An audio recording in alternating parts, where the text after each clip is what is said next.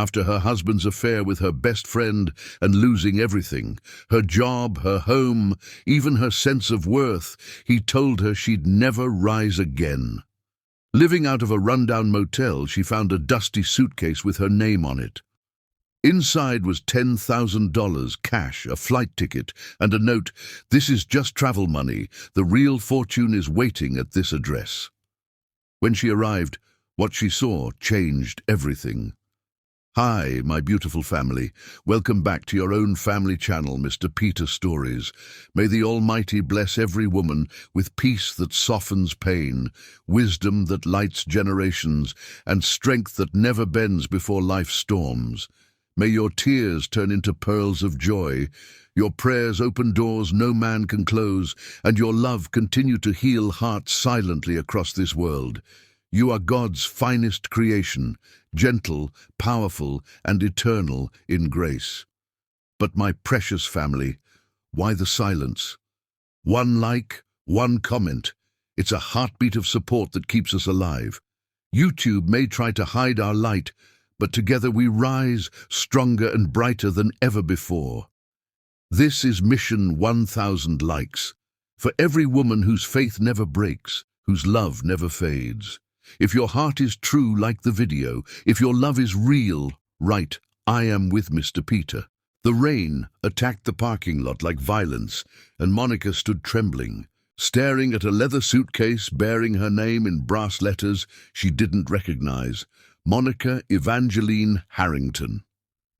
The motel manager had knocked an hour ago, tired eyes and cigarette breath. "This came for you. Been in storage weeks. When I saw the name, figured it was yours." Inside, wrapped in cream silk smelling of jasmine and money, was $10,000 in $100 bills. Beside the money lay a first-class plane ticket to San Francisco and a card with elegant script. "This is just travel money. The real fortune is waiting at this address. Come home, Monica. Come claim what was always meant to be yours." Monica's legs gave out. She sat hard on the curb, suitcase clutched to her chest, rain mixing with tears. 3 months ago, she'd had everything. Then came the night she found them together. Her husband and Simone, her best friend, tangled in sheets Monica had chosen herself. The betrayal wasn't just bodies. It was the way they'd looked at her. Not guilty, annoyed. "We didn't want you to find out like this," her husband had said, pulling on pants with casual indifference. "But honestly, Monica, you've become so needy, so exhausting. Simone understands me in ways you never could." Simone had smiled. "Don't be dramatic. We're all adults here." But Monica wasn't fine. The divorce came fast and brutal. Papers she'd signed years ago left her with nothing. The house was in a trust she'd unknowingly waived rights to. Joint accounts had been emptied months before she discovered the affair. Then Simone went to Monica's employer, spreading lies, unstable, erratic, stealing company resources, making threats. Within 2 weeks, Monica was fired, escorted out by security. Her own family believed the lies. Her mother said she must have driven her husband away. Her sister stopped calling. Friends evaporated. She'd moved into this motel because it was all she could afford. Days applying for jobs that never responded. Nights crying into pillows that smelled like industrial cleaner and defeat. Until this suitcase. Monica studied the address, Harrington Estate in Napa Valley. The website showed sprawling grounds, elegant architecture, history, built by business magnate Evangeline Harrington. Evangeline, her grandmother's name, her middle name. But her grandmother had died when Monica was a baby. There'd never been money in her mother's family. The rain slowed. Monica stood, water dripping from her hair. A man walking to his car looked at her with concern. "You okay, miss?" "I don't know yet," she said. "But I'm going to find out." In her room, Monica laid the money on the bed. $10,000, more than she'd seen in months. She could take this, forget the ticket, start over somewhere new. But the note said this was just travel money. The real fortune was waiting. She thought about her ex-husband living in their house with Simone, laughing about destroying her. She thought about everyone who'd treated her like she was disposable. Rage flooded through her, hot and clarifying. She'd been meek her whole life, made herself small to make others comfortable. What if she stopped? Monica booked a taxi to the airport. Then she counted out $500 and walked to the boutique she'd passed every day but never entered. An hour later, she emerged with a black dress and real leather shoes that made her feel like someone who mattered. That night, she didn't cry. She lay in bed thinking about Evangeline Harrington, a name she'd heard maybe twice. Her mother had spoken it once with venom. Your grandmother thought she was better than everyone, thought money made her special. She abandoned her own daughter. She doesn't deserve to be remembered. But if Evangeline had abandoned her daughter, why leave anything to her granddaughter? Unless everything Monica had been told was as much a lie as everything else in her life. The plane ticket sat on the nightstand, catching parking lot light. First class, to a place called home, to an address promising fortune, to a grandmother's name matching her own. Monica closed her eyes and decided. She would get on that plane. She would go to that address. She would find out what this meant. And if there was truly something waiting for her, she would take it with both hands and never apologize again. Somewhere across town, her ex-husband slept peacefully. Simone planned their future with stolen security. Her mother watched television without thinking about her daughter. None of them knew Monica was about to disappear. None knew about the suitcase, the money, the ticket, the promise. And when she rose again, if she rose again, none would recognize what she'd become. Chapter 2. The Hidden Empire. The flight attendant called her Ms. Harrington 3 times before Monica realized the name was hers. First class made pretending easier. Champagne appeared without asking. The seat transformed into a bed. When the plane landed, a driver waited holding a sign with her name, not her married name, but Harrington. Miss Harrington, welcome. I'm Wallace. I'll be taking you to the estate. He was older, kind eyes, the posture of someone who'd spent a lifetime in service, but never servitude. The drive took over an hour through increasingly beautiful countryside, until they turned onto a private road lined with ancient oak trees. Then the gates appeared, wrought iron and elegant, opening silently. Monica's breath stopped. The estate stretched before her like a dream. Sprawling stone buildings with ivy-covered walls, manicured gardens exploding with roses, a fountain where water danced in afternoon light. This wasn't just wealth. This was legacy, history, permanence. Your grandmother built this over 40 years, Wallace said softly. Every stone, every garden. She said she was creating a fortress for women who needed one. A woman waited at the entrance, tall, elegant, silver hair pulled back, eyes assessing Monica with sharp intelligence. Miss Harrington, I'm Temperance Vale. I was your grandmother's business manager and advisor. I've been waiting for you. Inside, the house stole whatever composure Monica had left. Soaring ceilings, hardwood floors gleaming like honey, artwork that looked priceless. More than luxury, there was warmth. Fresh flowers, comfortable furniture, photographs showing a woman at different life stages. In every photograph, the woman looked powerful and strangely familiar. That's Evangeline, Temperance said. Your grandmother. You have her eyes, her bone structure. The resemblance is remarkable. In the library, Temperance and Wallace explained everything. Your grandmother died 8 months ago. She was 89, sharp until the end. Everything you see belongs to you now. That's impossible, Monica whispered. I never met her.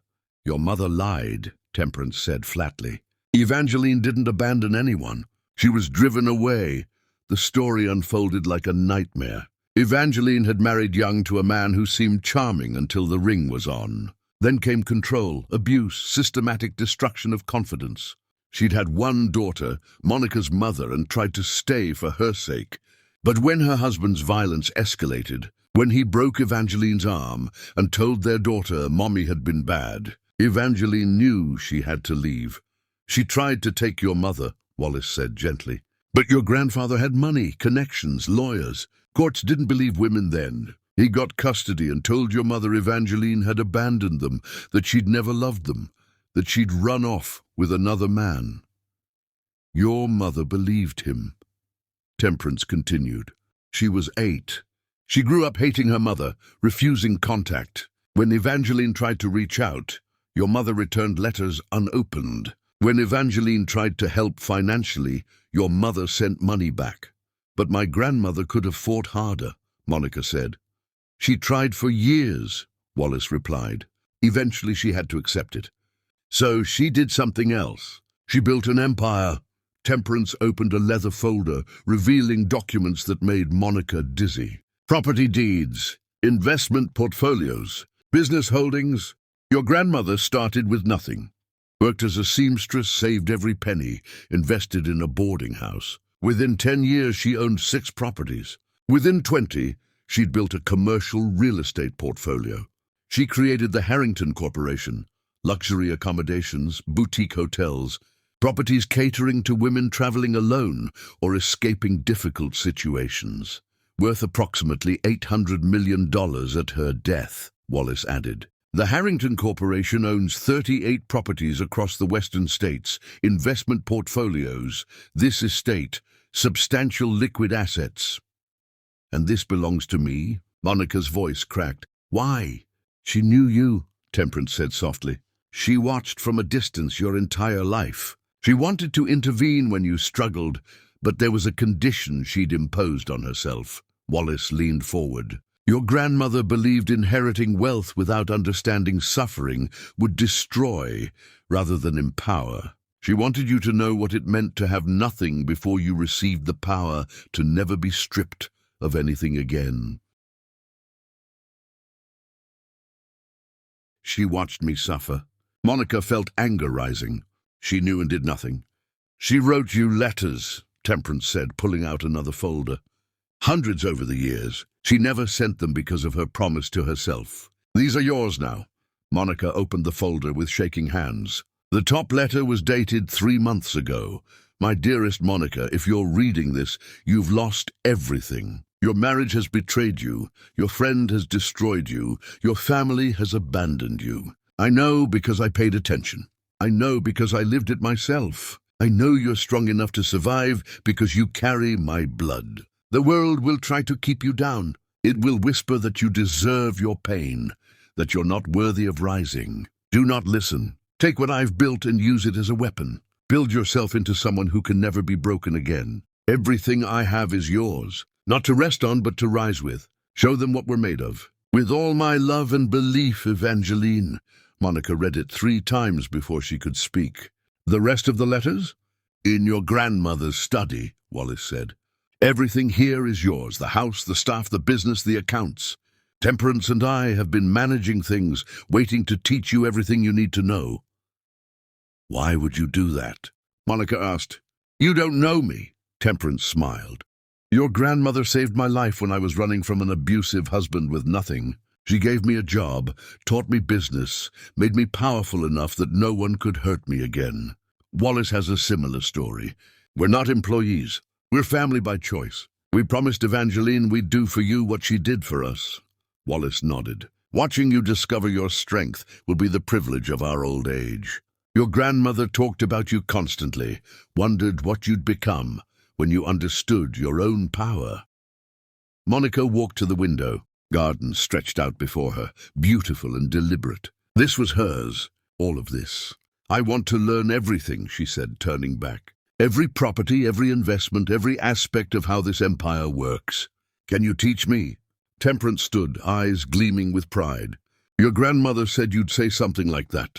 She said, when you finally got angry, when you finally stopped apologizing for existing, you'd be unstoppable. We can teach you. And I want to know everything about my ex-husband's business, Monica added, voice cold. His debts, his vulnerabilities, his weaknesses. Wallace smiled slowly. Your grandmother kept files on anyone who hurt the people she loved. I believe we have quite a bit of information that might interest you.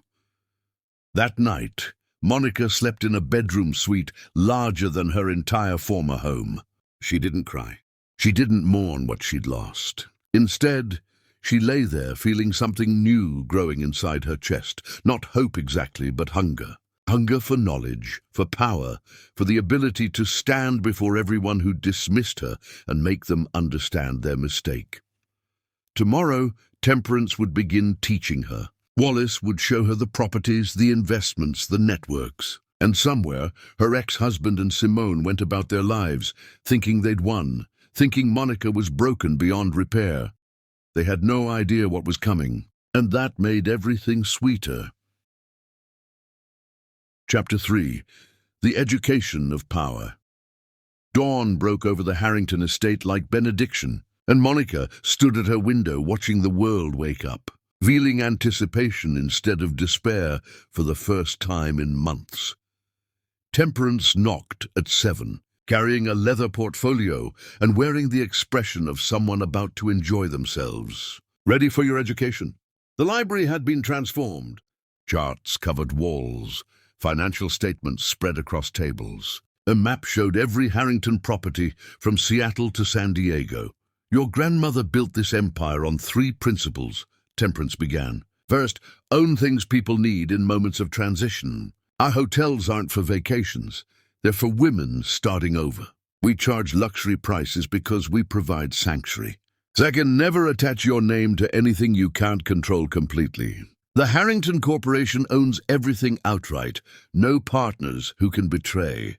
Third, always know more about your adversaries than they know about you. Over following weeks, Monica absorbed knowledge like she'd been starving.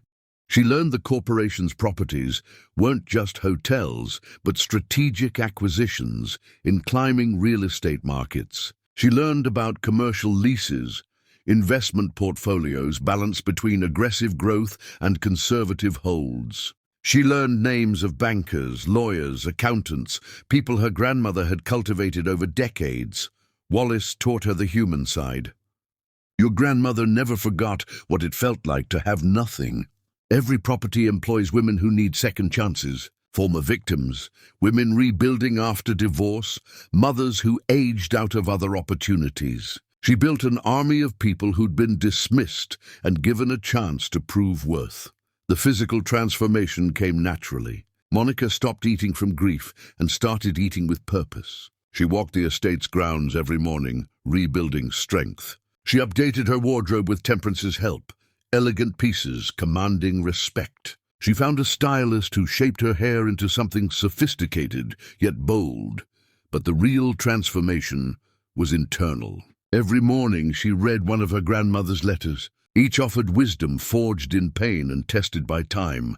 They will tell you that anger makes you ugly. Don't believe them. Anger, properly channeled, is the fuel that powers every great change. Your ex-husband expects you to cry and beg and break. Disappoint him by becoming successful beyond his comprehension.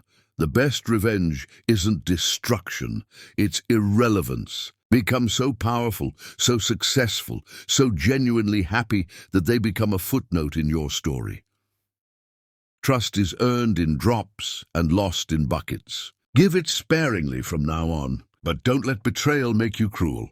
Strength protects. Cruelty just wounds. Be strong. 3 months into her education, Temperance dropped a file on the table. I think you're ready for this. Inside was everything about her ex-husband's business, a mid-sized development company built partially on money from their marriage, partially on loans he was struggling to service. The numbers told a story of someone living beyond means, making risky bets, borrowing from Peter to pay Paul. He owes approximately $2 million across various lenders, Temperance explained. Most debts come due in the next 18 months. If someone were to quietly purchase those debts through shell companies, they'd effectively own him. Monica studied the papers, heart beating faster. How would that work? We contact his lenders discreetly, offer to buy debt at a small premium. They're happy because it's guaranteed money. We acquire debt through companies that don't trace back to Harrington. When he can't make payments, we have legal right to foreclose on collateral, including properties and the house you used to share. The house, Monica whispered. It's mortgaged beyond its value, Wallace added gently. He took out loans against it. If we foreclosed, we'd be doing him a financial favor. But psychologically, losing that house would devastate him. It's where he keeps his mistress, where he plays at being successful. Monica looked at photographs. Her ex-husband at events with Simone, playing power couple, all smiles and designer clothes. In one photo, Simone wore jewelry Monica recognized. They'd taken everything and worn it like trophies. "Do it," she said. "Buy the debts. All of them." Temperance smiled. "Consider it done. 6 weeks to structure everything. He won't know until it's too late." That night, Monica found herself in her grandmother's study, avoiding it until now because it felt too intimate. The desk was mahogany, the chair worn from decades of use. On the desk sat an envelope with Monica's name. Inside was a letter dated the week before Evangeline died. "Dearest Monica, by now you know the business, but I want you to understand why I built it. I didn't become powerful because I loved money. I became powerful because I loved freedom, and in this world, the two are inseparable for women. Every hotel I bought was a place where a woman could sleep safely without a man's permission. Every dollar I made was a vote against the idea that women who leave deserve to suffer. You're going to face a choice soon. You can use what I've given you to destroy the people who hurt you, or you can use it to become someone they could never hurt in the first place. I hope you choose the second path. Destruction is empty. Building something beautiful from ashes, that's immortal." Monica folded the letter carefully. She thought about her ex-husband losing everything the way she had. That would bring satisfaction, yes, but her grandmother was right. It would be empty. What would devastate them? Watching her become magnificent. Watching her rise so far, they'd spend their lives knowing they'd discarded something. Priceless, because they were too small to recognize its value. But that didn't mean she couldn't take back what was hers. Over next months, Monica's education continued, but now she brought her own insights. She identified an undervalued Portland property, pushed for acquisition, watched its value climb as she'd predicted. She restructured contracts with 2 suppliers, saving money while improving service. She proposed a new hotel concept focused on women traveling for medical procedures, with concierge services for recovery and discretion. "Your grandmother would have loved this," Temperance said, reviewing the business plan, "finding the intersection between genuine human need and profitable business. You're not just learning the empire, you're evolving it." Wallace started introducing her to the network, people who'd done business with Evangeline. At first they were skeptical. Then they talked to her. Then they realized Evangeline hadn't left her empire to a grieving granddaughter who'd squander it. She'd left it to someone who'd earned the right through suffering, who'd been forged in the same fires. "You're going to be formidable," one older businessman told her. "Your grandmother combined ruthlessness with purpose. I see that same combination in you. The people who hurt you have no idea what's coming." 6 weeks later, Temperance walked in with a satisfied smile and documents.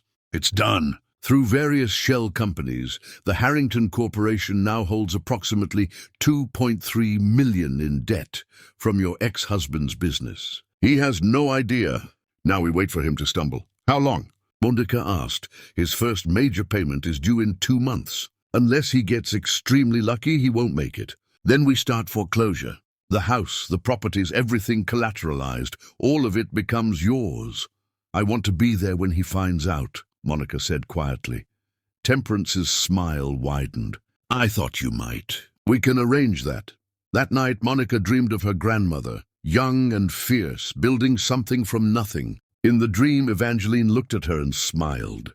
"You're ready? Not for revenge. For resurrection. Now go show them what that looks like."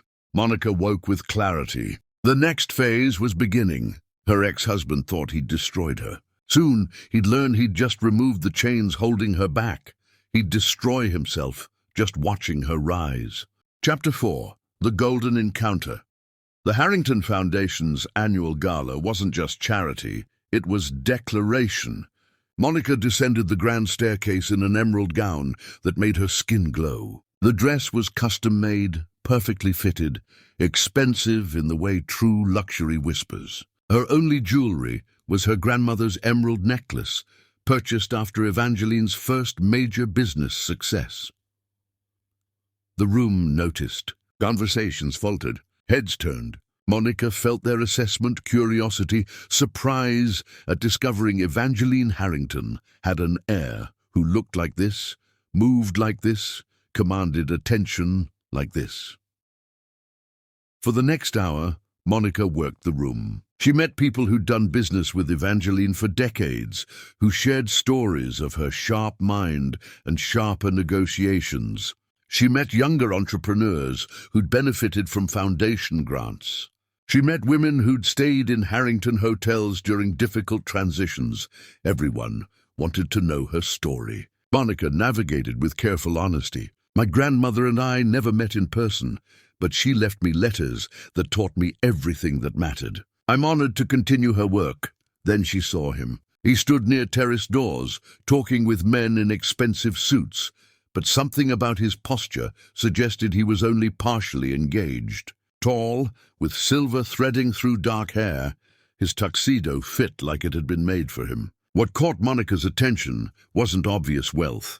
It was the way he moved. The economy of gesture, suggesting someone completely comfortable with power. That's Golden Clifton, Temperance murmured. Hotel empire, luxury resorts, and boutique properties. He and your grandmother were friendly competitors. Brilliant, ruthless in business, famously private after a very public divorce 5 years ago. Golden looked up. His eyes met Monica's across the room, and something sparked. Recognition without having met, interest that bypassed introduction. He walked toward them with confidence.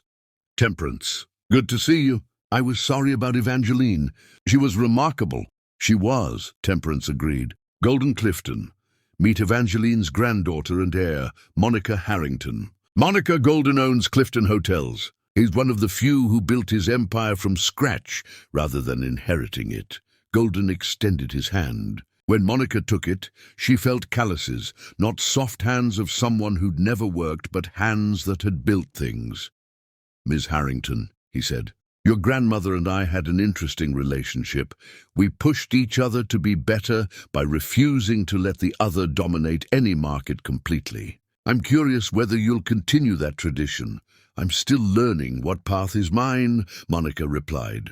But I suspect I'll honor my grandmother's competitive spirit. She seemed to believe comfortable businesses become complacent. Golden's smile widened. She did say that, usually right before she'd outbid me on a property. Tell me, are you planning expansion or consolidation? That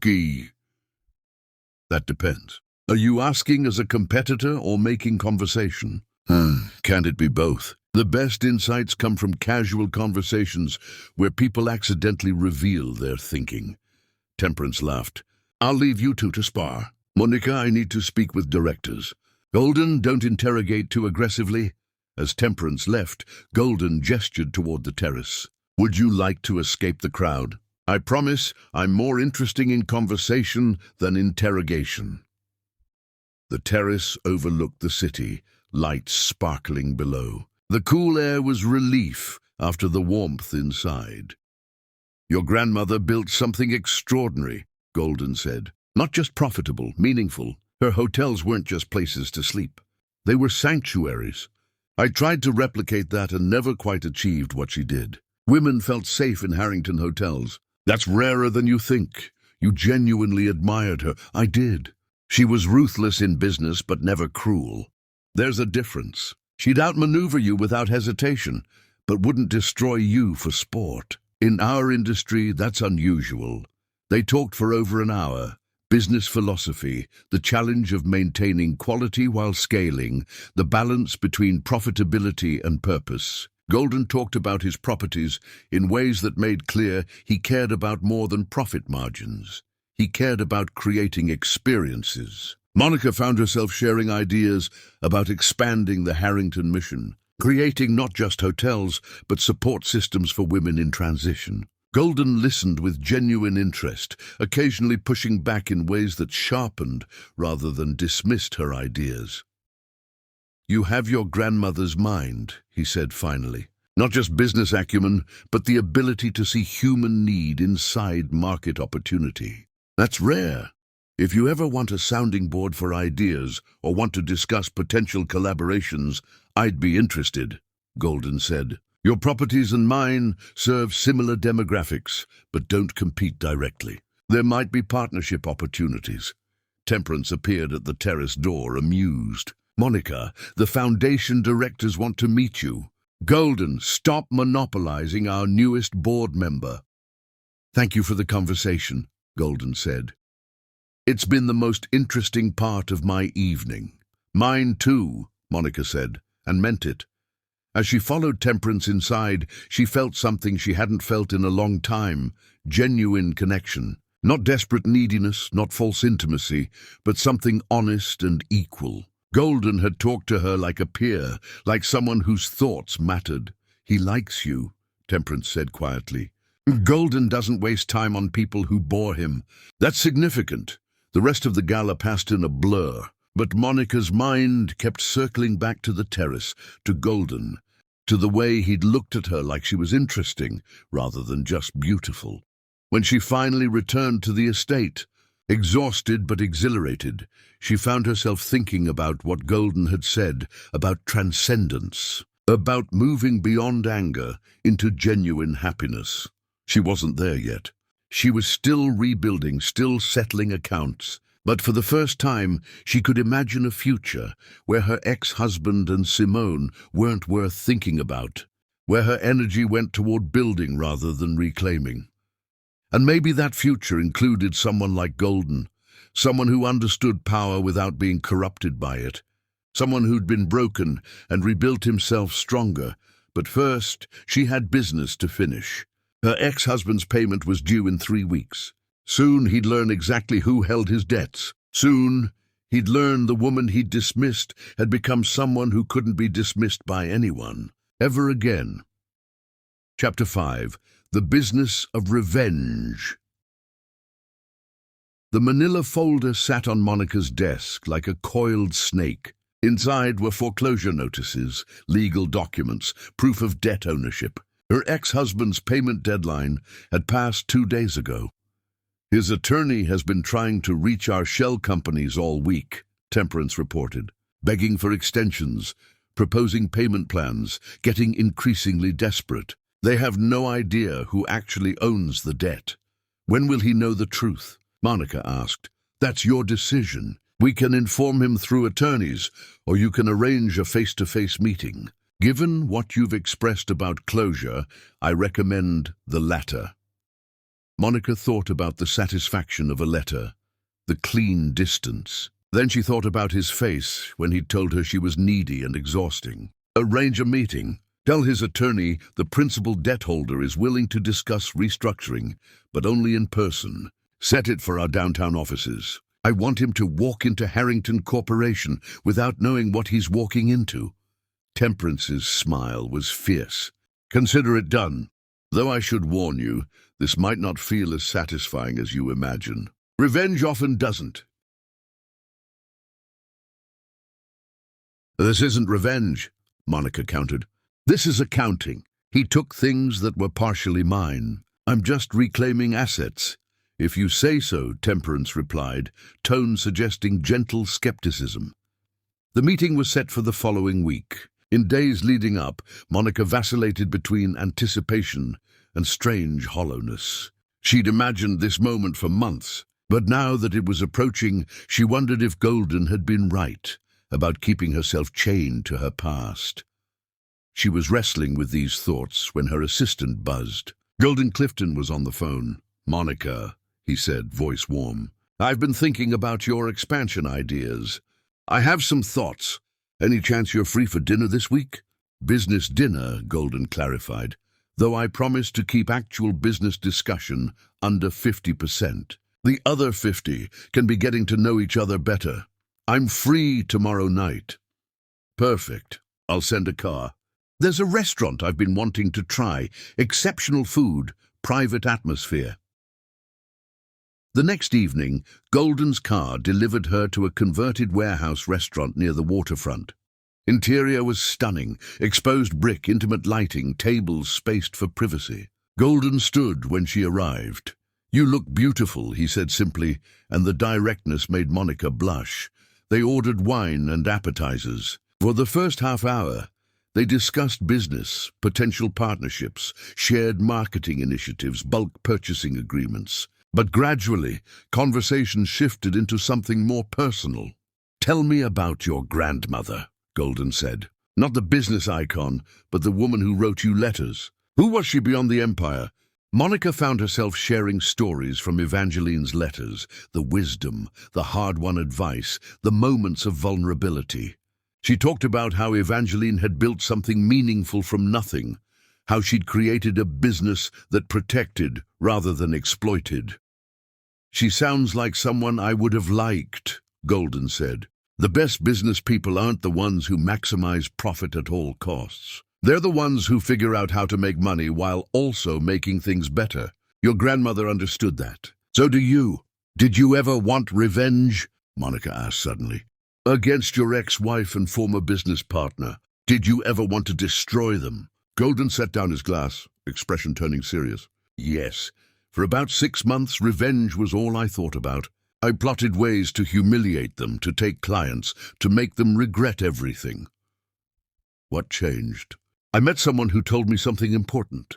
She said revenge is just pain looking for company, and that I deserved better than to spend my life making others hurt the way I hurt. She said the greatest victory would be becoming genuinely happy, not just successful, but actually happy."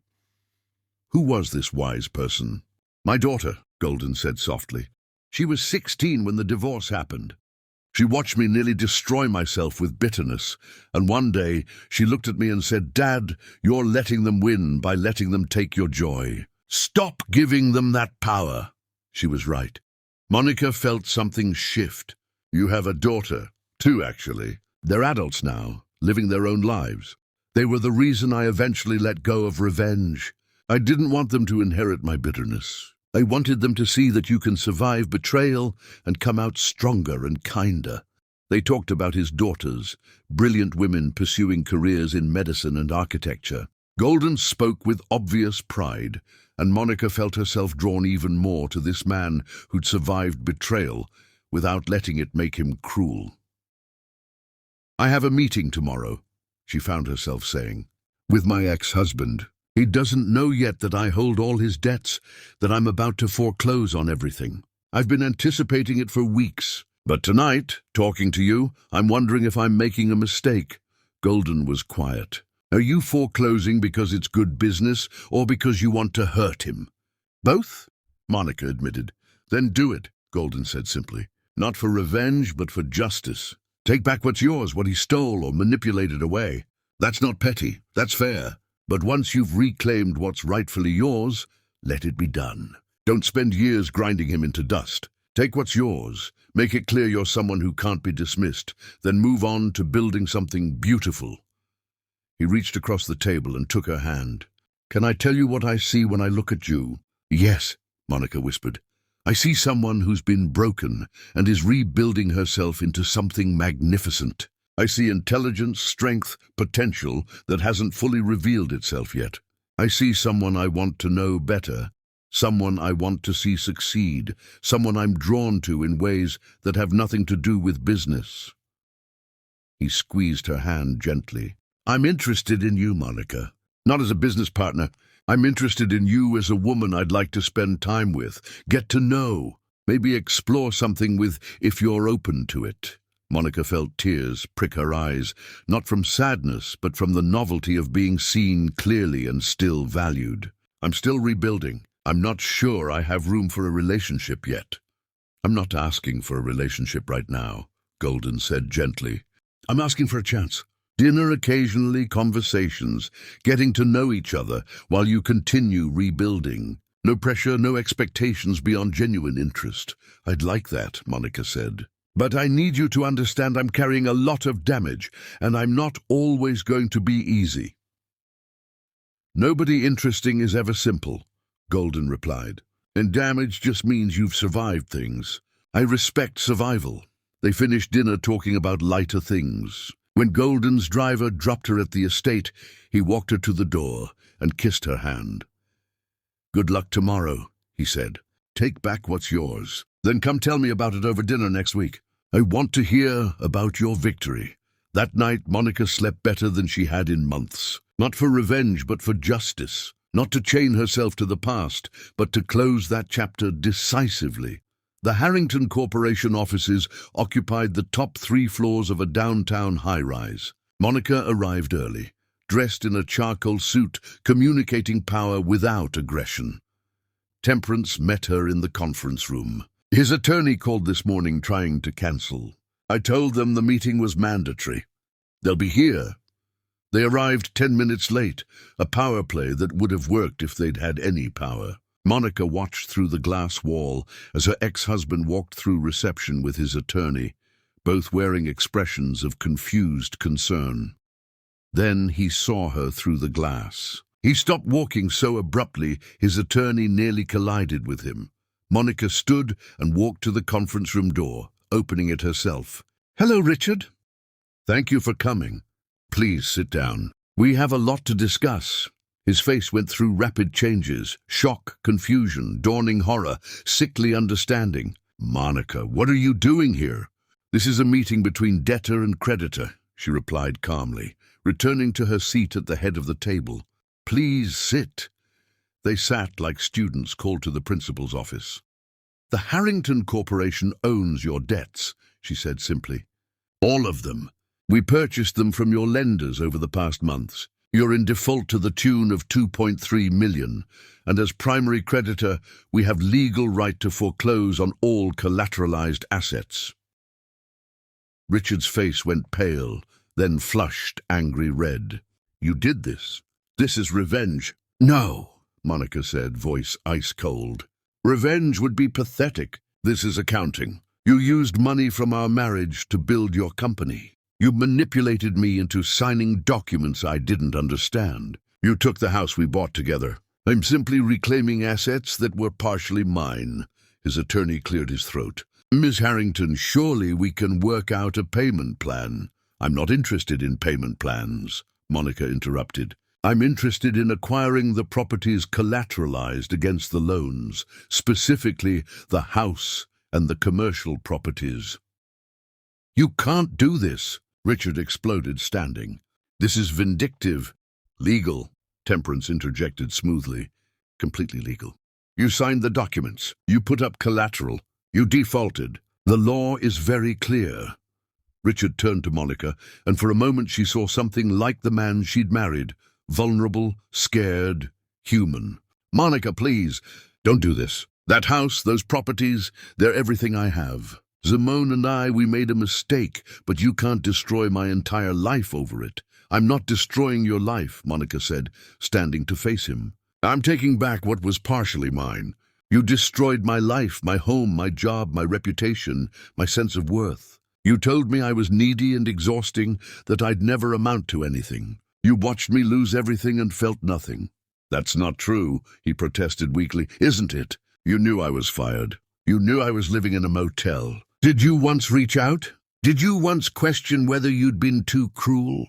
She paused. "You didn't, because you believed I deserved it. You believed I was nothing without you. And now you're proving you're just as vindictive as I thought." He snapped. "No," Monica said, calm and certain. "Now I'm proving I'm someone who can't be erased, can't be dismissed, can't be destroyed by people who underestimated me. This isn't about making you suffer. It's about making it clear that I'm someone who reclaims what's hers."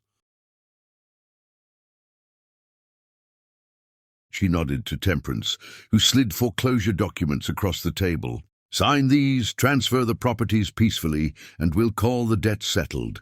Fight it, and we'll pursue every legal avenue, drag this through courts, make it public and humiliating. Your choice." Richard stared at the documents. His attorney whispered urgently. Finally, with shaking hands, he picked up the pen. "I hate you," he said, looking up at Monica. "I will always hate you for this." "Good," Monica replied. "That means you'll remember me. You'll remember that the woman you dismissed became powerful enough to take everything you had. And maybe next time you'll think twice before treating another woman like she's worthless." He signed with violent slashes, then stood so abruptly the chair fell backward. Simone was right about you. You're cold, heartless. No wonder I had to find warmth somewhere else. Monica felt the words land, felt the old pain, and then felt something new. Not pain, just clarity. Get out of my building, she said quietly. We're done here. After they left, Monica stood at the window, looking at the city below. She'd imagined this would feel triumphant. Instead, it felt empty, necessary but hollow. Are you all right? Wallace asked gently. I don't know, Monica admitted. I got what I wanted, but I don't feel the way I thought I would. That's because revenge never feels as good as we imagine, Temperance said. Justice is necessary sometimes, but satisfaction comes from building something new, not tearing down something old. I want to expand the foundation, Monica said suddenly. Not just hotels and safe places, but actual resources. Legal services for women going through divorce. Career counseling, housing assistance. I want to build something that helps women rebuild, Temperance smiled. Your grandmother would love that. That night, Monica called Golden. It's done. I got my house back, my properties, everything he took. How do you feel? Golden asked. Empty, satisfied but empty. Like I checked off a necessary box, but it didn't change anything fundamental. That's normal. Closure rarely feels the way we expect. But now you can move forward without looking back. Now you can build something beautiful. That's what I want, Monica said. And I'd like to tell you about it. Are you free for dinner? For you, always. Same restaurant? Or somewhere new? Somewhere new, Monica said, smiling. I'm ready for something new. Chapter 6. The Unexpected Alliance. 3 weeks after the confrontation, Monica stood in what used to be her marital home and tried to feel something other than hollowness. The house was exactly as she'd left it, her furniture, her artwork, but corrupted by Simone's touches. New pillows clashing with colors, cheap candles leaving wax rings, photographs of Richard and Simone where wedding pictures used to hang. Do you want to keep any of it? Wallace asked. Donate everything, Monica said. The furniture, the artwork, everything. I don't want a single piece that holds memories of who I used to be, even things you chose yourself. Monica walked through rooms that should have felt like home, but just felt like a museum of pain. Especially those things. They belonged to a woman who trusted too easily. I'm not her anymore. What will you do with the property? Transform it, Monica said suddenly.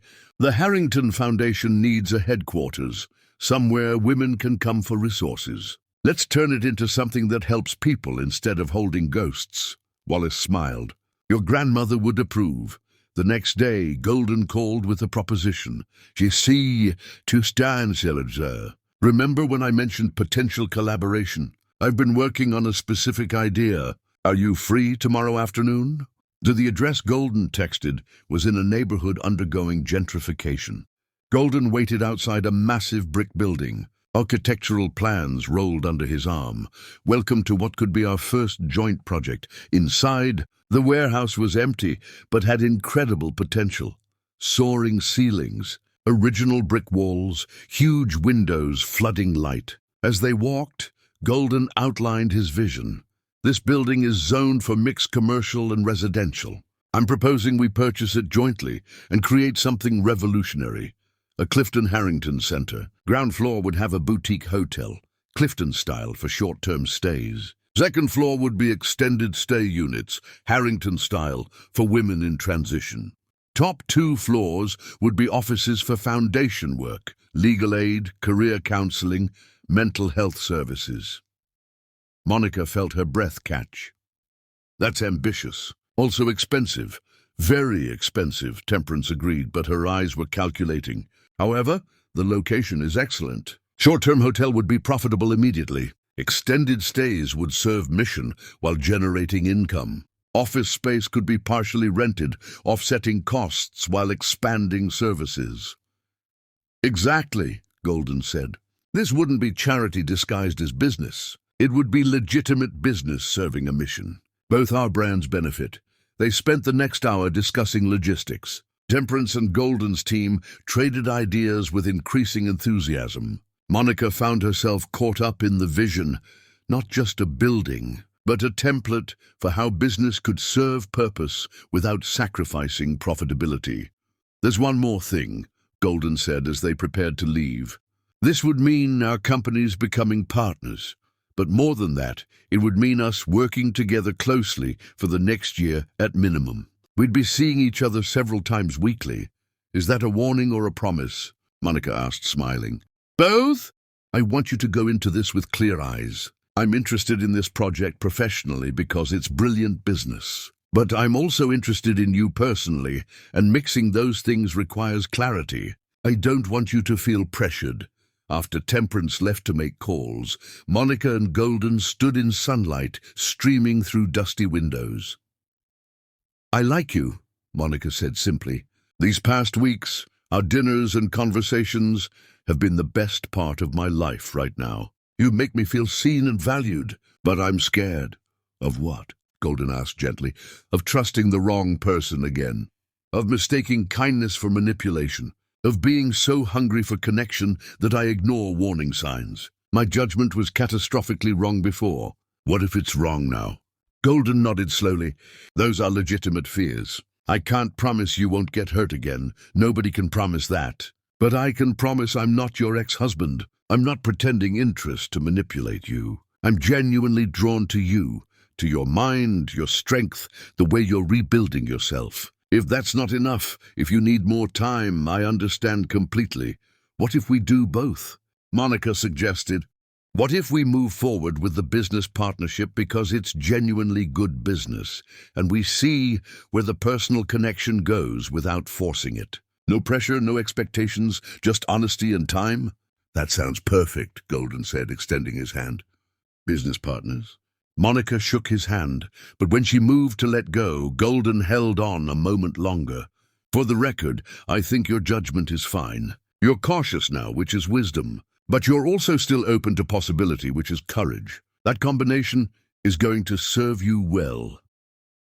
Over following months, the Clifton Harrington Center project consumed both companies. Monica discovered she loved the creative challenge of designing spaces serving both profitability and purpose. She and Golden met regularly, sometimes with teams, sometimes just the two of them, working through details over coffee or dinner that inevitably moved from business to personal. She learned Golden was funny, with dry wit that caught her off guard. She learned he was generous with knowledge, teaching her about construction and design without condescension. She learned he was patient with her cautiousness, never pushing for more than she was ready to give, and slowly, carefully, she found herself falling. Not desperate, needy love she'd had before, but something more solid, built on respect and genuine compatibility, on shared values and mutual challenge. 4 months into the project, Monica received an unexpected visit. Her sister appeared at the estate looking uncomfortable. "Can we talk?" They sat in the garden, awkward silence stretching. Finally, her sister spoke. "I was wrong. About everything. About believing the lies. About not supporting you. About choosing their version over yours. I've been watching from a distance, seeing what you've become, and I'm ashamed." "What changed?" Monica asked. "Why now?" "I saw Richard and Simone. They're falling apart. He's working some menial job. She's bitter and broke. They hate each other. And I realized you didn't destroy them. They destroyed themselves. But you rebuilt yourself into someone remarkable. I didn't do it for you to notice," Monica said carefully. "I know. But I'm here to say I'm sorry, and I'd like a chance to be your sister again, if you're willing." She hesitated. "And to warn you, Mom is planning to challenge your inheritance. She found some lawyer who thinks he can argue Evangeline wasn't competent. It's nonsense, but it could be ugly." Monica felt ice settle in her stomach. "And, she would do that?" "She's bitter and broke and convinced she deserves it more. She's saying you manipulated Evangeline somehow." After her sister left, with tentative promises of maybe rebuilding their relationship, Monica called Temperance and Wallace. "Let her try," Temperance said flatly. "Your grandmother's will is ironclad. Multiple witnesses, psychiatric evaluations, detailed explanations. Any challenge will fail, but yes, it could be ugly and public. That night, Monica sat in her grandmother's study reading letters, searching for guidance. She found it in a letter dated 5 years before Evangeline's death. Your mother will fight you for this inheritance. Not because she wants the money, though she'll tell herself that's why. She'll fight because she can't stand that I chose you over her, that I saw in you what I couldn't see in her, the willingness to grow beyond pain rather than be defined by it. When she attacks, remember this, her fight isn't with you, it's with me. Don't let her pull you into her war. Fight legally, fight firmly, but don't let it touch your heart. You've become someone remarkable. Don't let anyone make you small again. When Monica told Golden about the impending legal challenge, he listened with focused attention. This is going to be difficult, he said. Family battles always are. How are you feeling? Angry, sad, confused why she'd rather fight me than be proud of me. Monica leaned back, exhausted. Part of me wants to just give her money to make her go away. But another part knows that wouldn't satisfy her. She doesn't want money. She wants to prove I don't deserve what I have. Then prove her wrong, Golden said simply. Not by arguing, but by being undeniably successful. Build something so remarkable that even her bitterness can't deny it. Is that what you did? Eventually. At first I argued and defended, but you can't logic someone out of a position they didn't logic themselves into. So I stopped defending and started building. Built the business bigger, built my reputation stronger, built a life she couldn't touch. Eventually, the truth became obvious. Monica looked at Golden, this man who'd survived betrayals and emerged kind rather than bitter. What are we doing? This thing between us. What is it? What do you want it to be? Golden asked. I don't know. I know I think about you constantly. I know our dinners are what I look forward to most. I know I trust you in ways I haven't trusted anyone in a long time. But I'm terrified of being wrong again. Then let's be clear, Golden said, moving to sit beside her. I'm in love with you, Monica. I have been since that first conversation at the gala. You're brilliant and strong and beautiful, and being around you makes me want to be better. But I'm not going to pressure you. If you need more time, take it. If you need me to just be a business partner and friend for now, I can do that. What I can't do is pretend I don't want more, because you deserve honesty. Monica felt tears welling, not from sadness, but from overwhelming relief of being loved clearly, directly, without games. I'm not ready to call this a relationship yet, but I'm ready to stop pretending it's just business or just friendship. Can we be something in between for now? We can be whatever you need us to be, Golden said, taking her hand. There's no timeline here.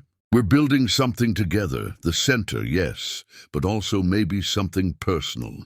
Let's just build it honestly and see where we end up. That night, lying in bed, Monica thought about her mother's impending challenge, about her ex-husband's bitterness, about all the people who wanted to drag her back down. Then she thought about Golden's steadfast support, about Temperance and Wallace's loyalty, about the empire she was building. Her grandmother had been right. The past was finite, old grievances, old wounds, old battles. But the future was unlimited, and for the first time since everything fell apart, Monica knew with absolute certainty that she was choosing the future, choosing to build something beautiful, choosing to let love, careful, honest, hard-won love be part of her resurrection. Let her mother challenge the inheritance. Let Richard and Simone stew in consequences. Let anyone who wanted to doubt her try. She was Monica Evangeline Harrington, granddaughter of a woman who'd built an empire from ashes, and she was just getting started. Chapter 7. The Public Reckoning. The lawsuit papers arrived on a Tuesday morning, delivered with bureaucratic indifference. Monica read them once, twice, 3 times before fully processing. Mental incompetence, undue influence, emotional manipulation of an elderly woman. Her mother wasn't just challenging the inheritance, she was trying to destroy Monica's character. She's claiming you somehow manipulated Evangeline despite never having met her, Temperance explained, voice tight with controlled anger. She's arguing the conditions for inheritance, experiencing complete devastation, constitute elder abuse by proxy. That Evangeline was unstable when she created the trust. That's insane, Monica said flatly. There are psychiatric evaluations, witness statements, decades of documented competence. She doesn't, Wallace said quietly. This isn't about winning legally. It's about damaging you publicly. Accusations will be in papers before rebuttals. People will remember the scandal more than the dismissal. She's counting on public opinion mattering more than law. He was right. Within days, the story broke. Harrington, heir accused of manipulation. Did Evangeline Harrington's granddaughter exploit her? Family challenges, controversial inheritance. Monica watched her reputation become fodder for speculation. Some defended her, citing her business acumen and the foundation's work. But others whispered that maybe there was truth to accusations, that nobody inherited that much without darkness behind it. The worst part was watching people she'd begun to trust become cautious. Business contacts took longer to return calls. Invitations became less frequent. Even some foundation donors quietly distanced themselves, pending resolution of the legal situation. Golden found her one evening at the construction site, standing alone in what would eventually be the foundation's lobby. "I thought I'd find you here," he said softly. "Everyone's pulling back," Monica said without preamble. "Not overtly, but I can feel it. The whispers, the questions, the sudden caution. My mother did exactly what she intended, made me toxic." "Not everyone," Golden corrected. "I'm not pulling back. Temperance and Wallace aren't. Your real friends aren't going anywhere. But it's affecting you too. I've seen articles questioning the Clifton-Harrington partnership, asking if you're being manipulated. This is damaging your reputation by proximity." Golden was quiet for a long moment. "Yes," he admitted. "Some people are questioning my judgment. My board suggested I might want to distance myself. I told them no." "Why?" Monica demanded, turning to face him. "Why tie yourself to this mess when you could step back, wait it out, protect yourself?" Because I don't believe the accusations," Golden said simply. "Because I've watched you build rather than destroy for months. Because I know what it's like to be falsely accused and have people believe lies over truth. And because—" He hesitated, then continued with quiet intensity, "because I love you, and love doesn't retreat when things get difficult." Monica felt something break open in her chest. Not pain, but something like hope, mixed with fear. "You can't love me. This is still so new." "I know enough," Golden said. "I know you're brave and brilliant and building something meaningful. I know you treat people with respect, that you're generous with knowledge, that you're funny when you're not worried about appearances. I know being around you makes me want to be better. That's enough." "What if the court rules against me?" Monica asked, voicing the fear keeping her awake. "What if they find a technicality?" "Yes," Golden interrupted. "If you lost every dollar tomorrow, I'd still feel exactly the same. I fell in love with who you are, not what you have. Though I'll also say your lawyers are confident that won't happen. Your grandmother was too smart, too thorough. The lawsuit is theater, not legitimate legal threat." "It doesn't feel like theater," Monica admitted. "Then let's fight back," Golden said. "Not just legally, but publicly. Stop being defensive and start being proactive. Tell your story, the real story. Let people see who you actually are." With Golden's encouragement and Temperance's strategic guidance, Monica agreed to a major interview with a respected business journalist. Not a puff piece or defensive rebuttal, but an honest conversation about her grandmother's legacy and her own journey. The interview took place at the estate, Monica walking the journalist through the grounds while explaining Evangeline's vision, sharing letters with permission, detailing the business strategy behind the Harrington Corporation's work.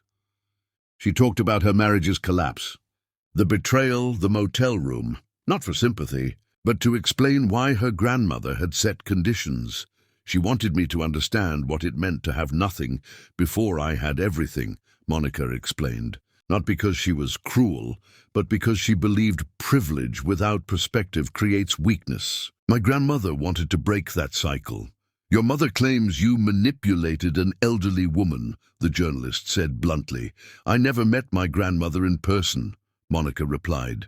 Every interaction was through letters she wrote but never sent until after her death. You can verify that with lawyers who administered the trust, with staff who worked for her, with psychiatric evaluations done quarterly for the last 5 years of her life. My mother's accusations aren't based on evidence, they're based on resentment. That's harsh. It's honest. My mother has been bitter my entire life about things she felt entitled to, but didn't receive. That bitterness shaped her, and now she's trying to use it to damage me. I feel sorry for her, but I won't let her destroy what my grandmother built. The article ran with the headline, From Motel to Magnate, The Real Story of Monica Harrington. It was balanced, thorough, and included interviews with people who'd known Evangeline, staff who'd worked for her, legal experts explaining why the challenge was frivolous. Public opinion began to shift. The narrative changed from manipulative granddaughter to resilient woman honoring her grandmother's legacy. Business contacts started returning calls. Donors renewed commitments. The whispers quieted. Then came the court hearing.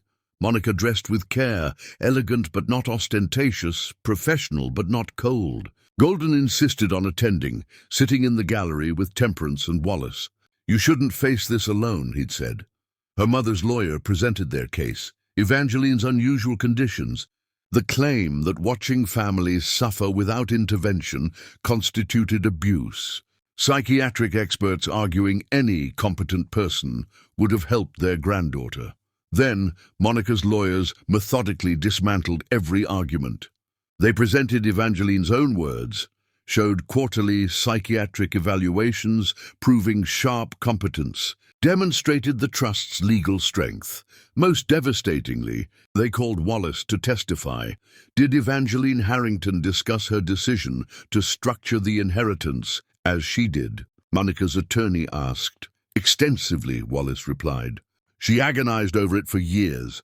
She'd watched her daughter struggle with resentment and entitlement her whole life. She worried that simply giving Monica wealth would create the same pattern. So she ensured Monica understood suffering before inheriting power, because she believed only someone who'd been powerless could be trusted to use power responsibly.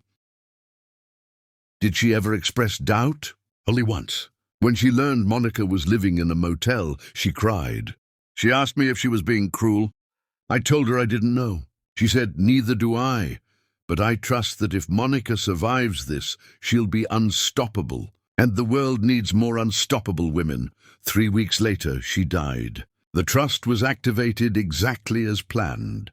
The courtroom was silent when Wallace finished. Monica saw her mother's face, bitter, defeated, realizing she'd lost before the judge even spoke. The ruling came 2 weeks later, dismissal with prejudice, meaning the case couldn't be refiled. The judge's written opinion was scathing toward the challenge, noting it was without legal merit and appeared motivated by family animus rather than legitimate concern. Monica should have felt triumphant. Instead, she felt empty, the same hollowness after confronting Richard. Winning against people who wanted to destroy you didn't change anything fundamental. But something else happened, something unexpected and healing. The Harrington Foundation, now headquartered in Monica's former marital home, began receiving attention. Women seeking help started showing up, some fleeing bad situations, some rebuilding after divorce, some just needing a safe place to figure out next steps. Monica started spending time there, not as remote executive, but as someone who sat with these women and shared her own story. She told them about the motel room, about feeling erased, about the long climb back. And she watched as her honesty gave them permission to believe they could climb too. One woman, recently divorced after her husband's financial abuse, looked at Monica with tears. You really understand. You're not just rich person pretending to care. You actually know what this feels like. I do, Monica said, and I promise you it gets better. Not easier necessarily, but better. You get stronger. You become someone who can't be broken again.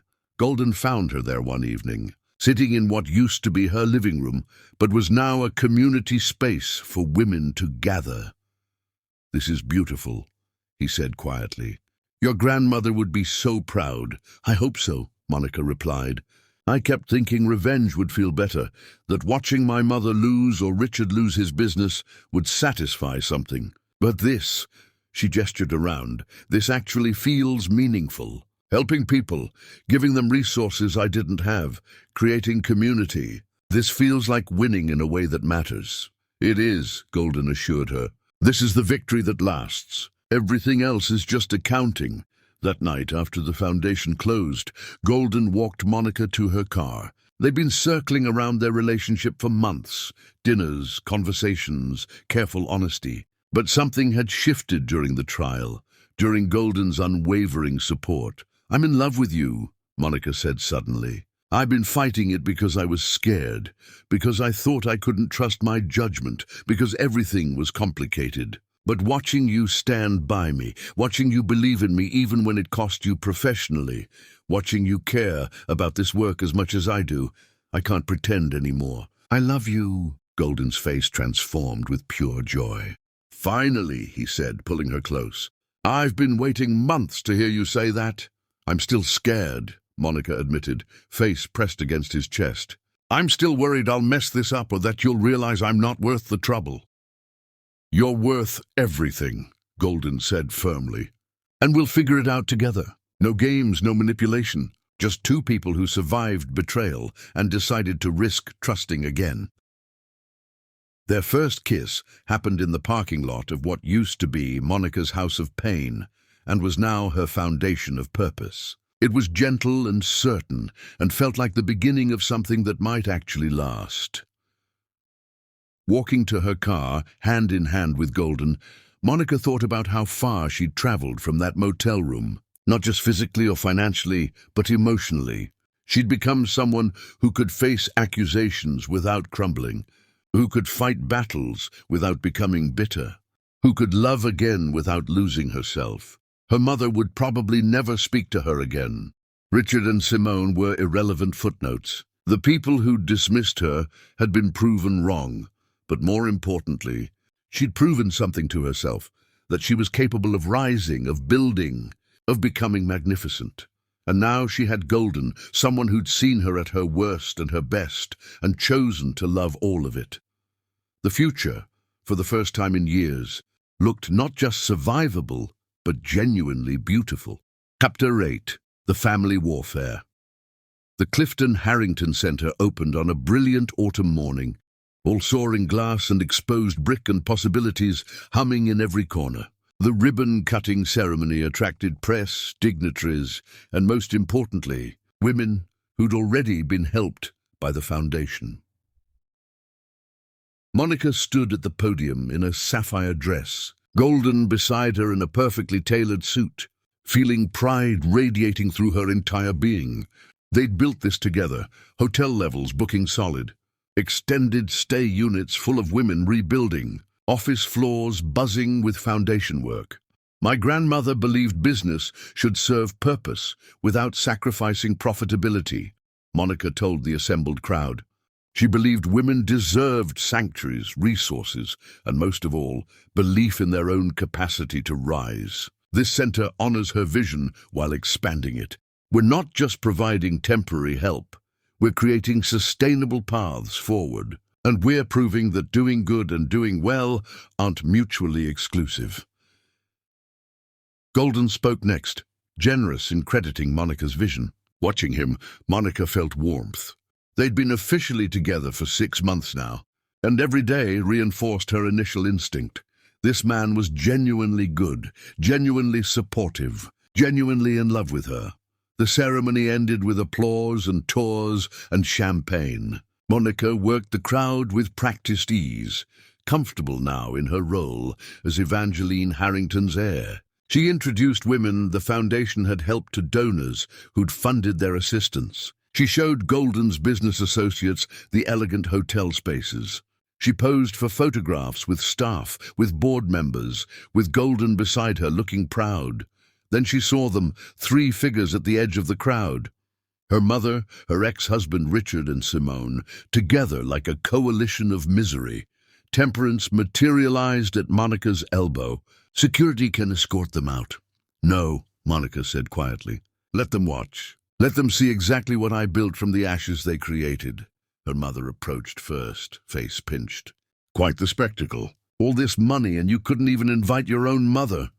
You sued me, Monica replied flatly. You tried to take everything I inherited, accused me of manipulation. Why would I want you here? I'm still your mother. That should count for something. It should, Monica agreed. But you spent my life making me feel insufficient. And when I found my own power, you tried to destroy it.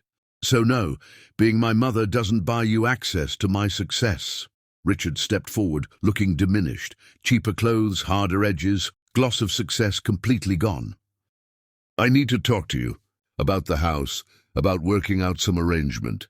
Simone and I are struggling, and you have so much now. Surely you could— No, Monica interrupted. I couldn't. You destroyed my life systematically and felt nothing. You told me I'd never amount to anything. Well, here I am, amounting to quite a lot. And you're exactly where your choices led you. That's not my problem. Simone finally spoke, voice sharp with familiar cruelty. You think this makes you better than us? You think money erases what you are, needy, desperate, pathetic. You're just playing dress-up. Eventually, people will see through it. Before Monica could respond, Golden appeared, his presence solid and protective. I think you 3 need to leave. This is a private event and you weren't invited. And who are you? Richard sneered. Her latest meal ticket? How long before she drives you away with her neediness? I'm Golden Clifton, Golden said calmly. Her partner in this venture, her partner in life, and someone who's known Monica long enough to recognize she's the strongest, most capable woman I've ever met. You 3 had her and threw her away because you couldn't recognize her value. That's your loss, not hers. Now leave before security makes you. They left, reluctantly, bitterly, but not before Monica's mother delivered one final barb. You're just like your grandmother. Cold, unforgiving, putting business before family. You'll end up alone, just like she did. Grandmother ended up powerful, respected and satisfied with what she'd built, Monica called after her. If that's alone, I'll take it. After they left, Golden wrapped his arm around Monica's shoulders. You okay? I am, Monica said, surprised to find it true. Seeing them didn't hurt the way I thought it would. They looked small, diminished by their own bitterness. I felt sorry for them more than anything. That's growth, Golden observed. When your former tormentors become objects of pity rather than fear, you've transcended them completely. The rest of the day passed in celebration. That evening, after everyone had left, Monica and Golden walked through the empty center. I've been thinking, Golden said, about the future, about us, about what we're building together. Those are big thoughts, Monica said, smiling. I want to marry you, Golden said simply. Not someday, not eventually, soon.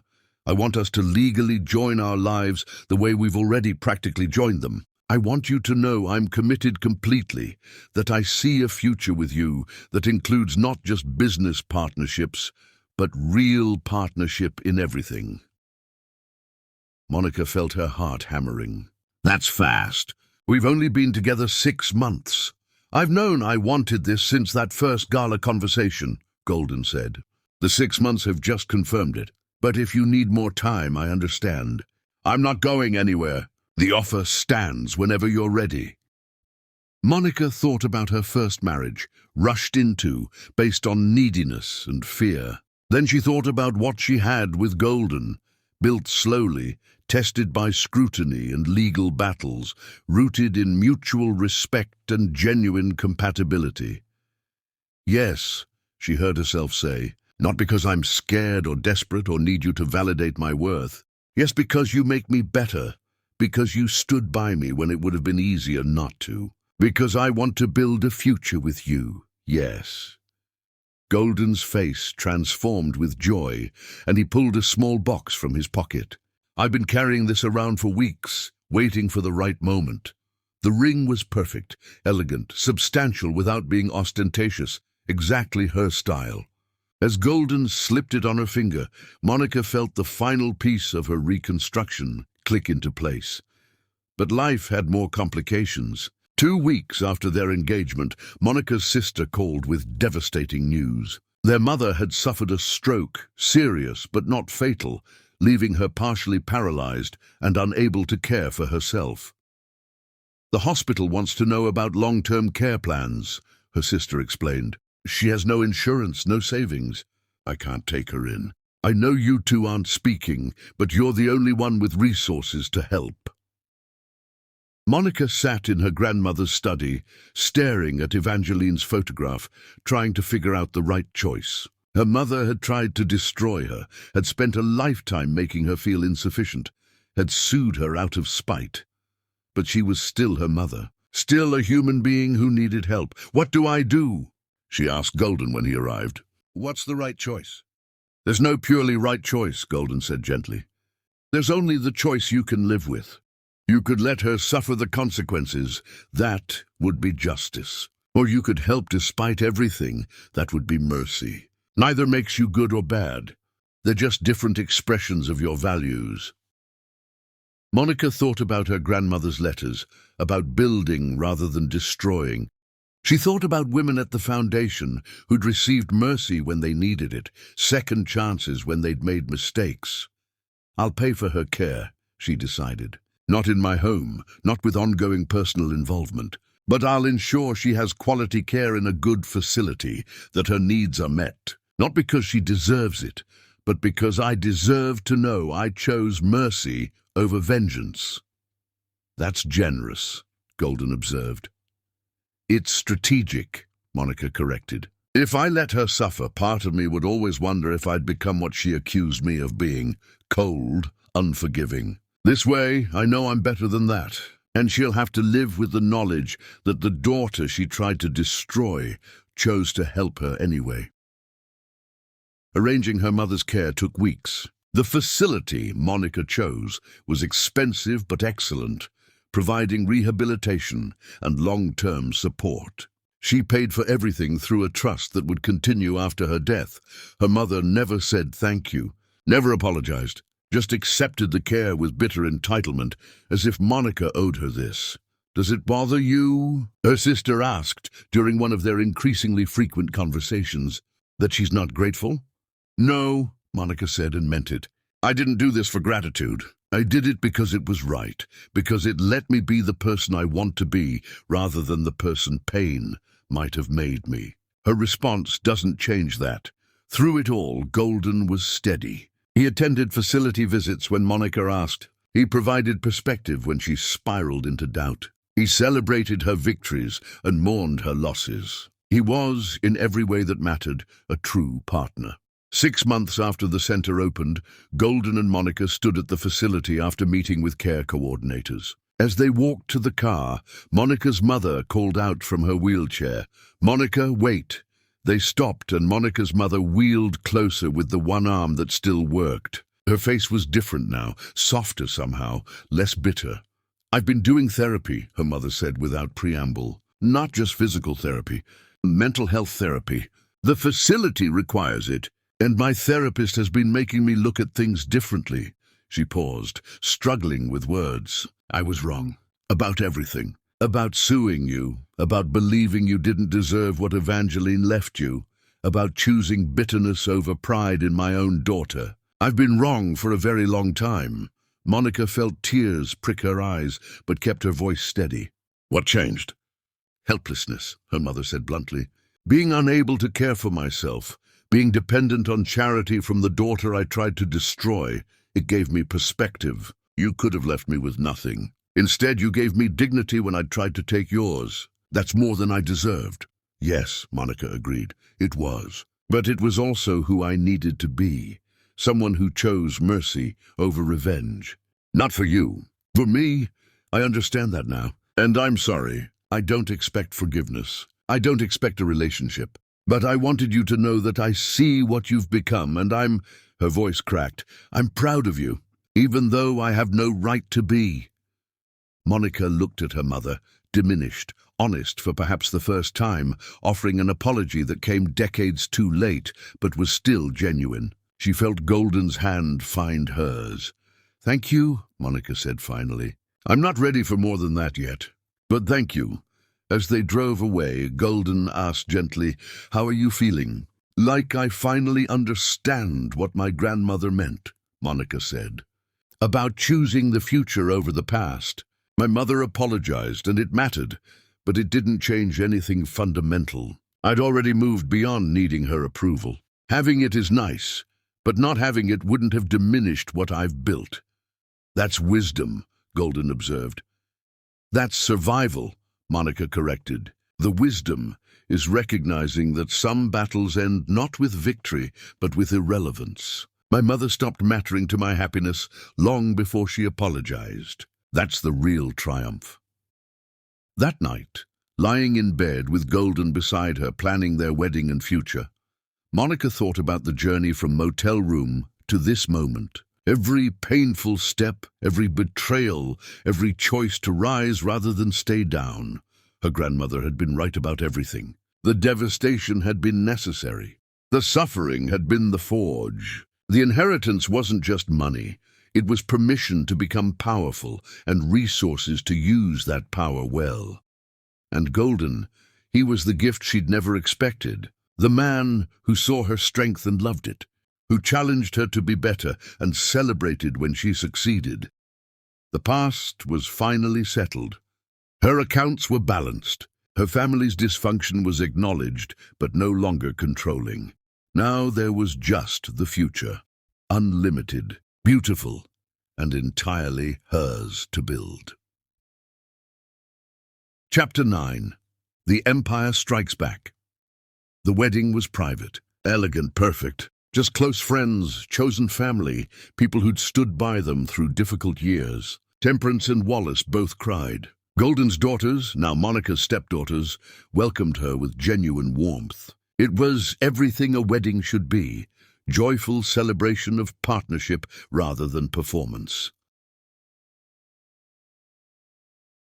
The honeymoon was a 6-month journey, working remotely while exploring places Monica had only dreamed of. Italy, where Golden showed her small hotels he'd renovated early in his career. Then Greece, Japan, New Zealand, South Africa, each destination chosen not just for beauty, but for insight into how different cultures approached hospitality and women's empowerment.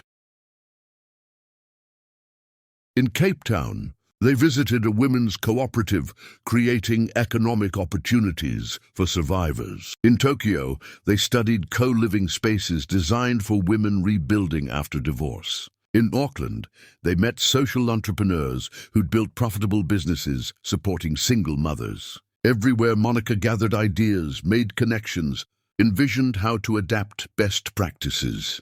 "You're always working," Golden observed one morning in their Moroccan riad, watching Monica take notes. "I'm always building," Monica corrected. "There's a difference. Work is obligation. Building is joy. I love seeing how people create solutions. Don't you?" "I do," Golden admitted. "But I also love this," he pulled her into his arms, "moments when we're just together without agendas. Can we have a day of just being married and in love?" They compromised, mornings for exploration and research, afternoons for being tourists, evenings for being newlyweds. It was a balance that worked, blending personal and professional naturally. They returned to California to news both exciting and concerning. The Clifton Harrington Center had exceeded all projections. Hotel bookings solid, extended stays at capacity, foundation services stretched by demand. They needed to expand, replicate the model in other cities. Simultaneously, the business world had taken notice. Profile pieces appeared about the partnership, about Monica's transformation from betrayed wife to business magnate, about Golden's evolution from divorce survivor to family man again. Some coverage was admiring, some skeptical, all intensely scrutinizing. Then came the unexpected development. Richard published a tell-all proposal, Living with Monica, the truth behind the Harrington myth, shopping it to tabloids and publishers, claiming he'd reveal the real story of their marriage.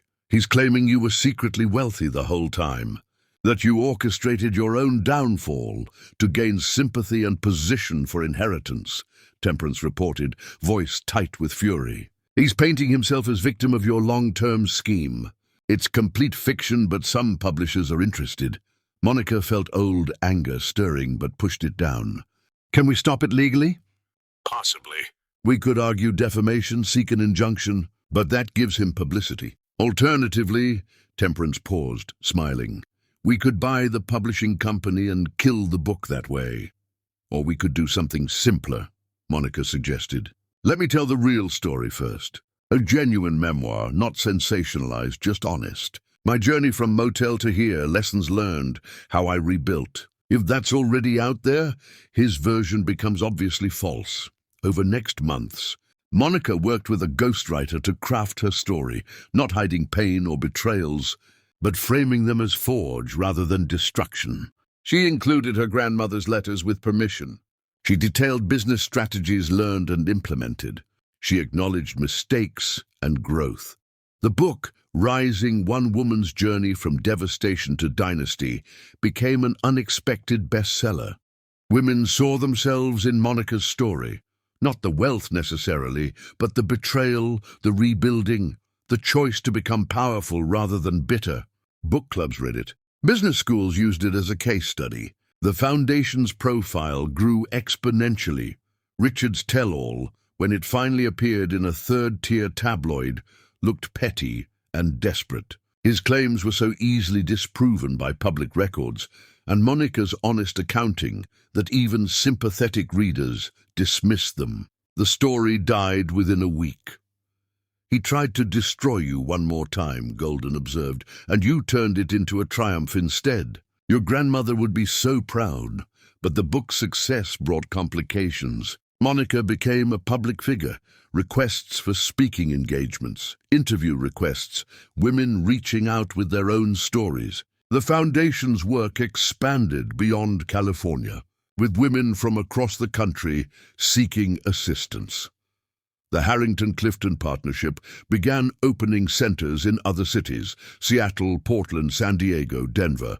Each location adapted the model to local needs while maintaining core mission. Each opening generated press and more demand.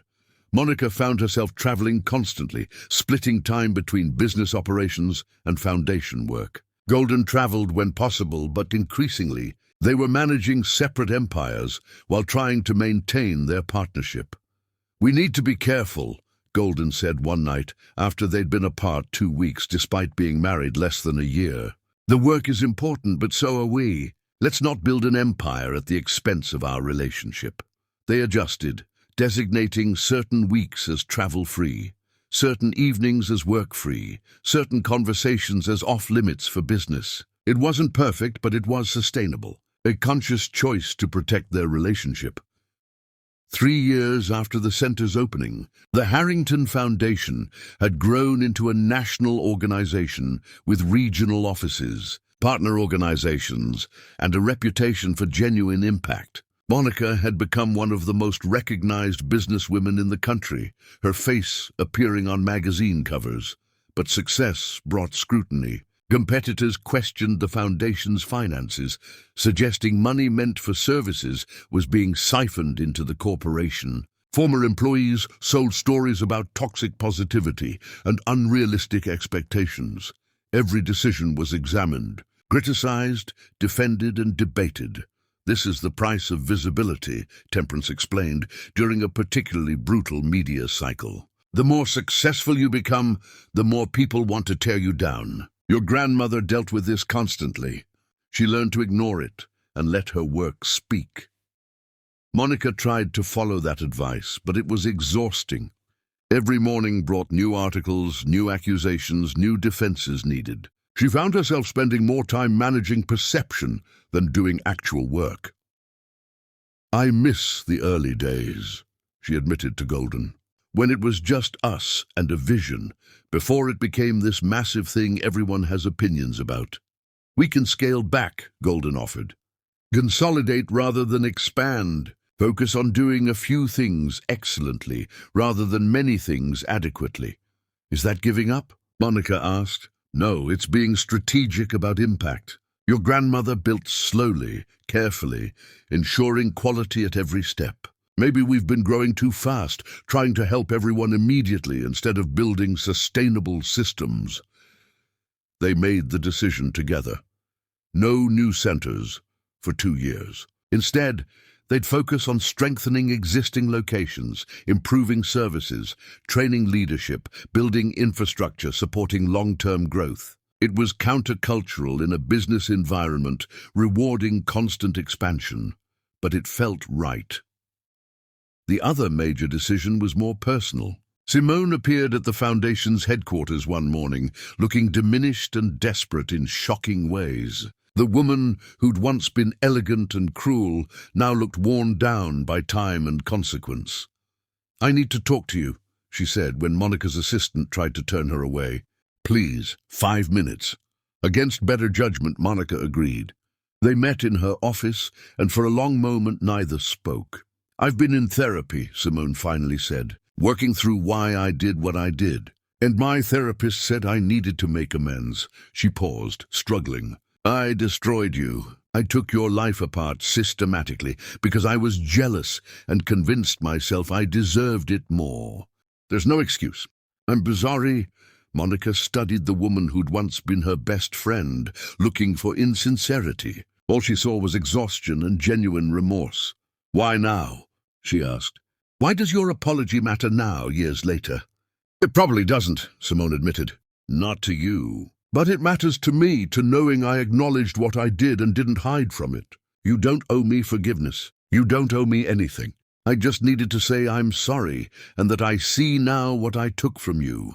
"You didn't take anything," Monica said, surprising herself with truth. "You revealed who you were, and you freed me from relationships holding me back. You did me a favor, even though you meant it as harm." Simone flinched.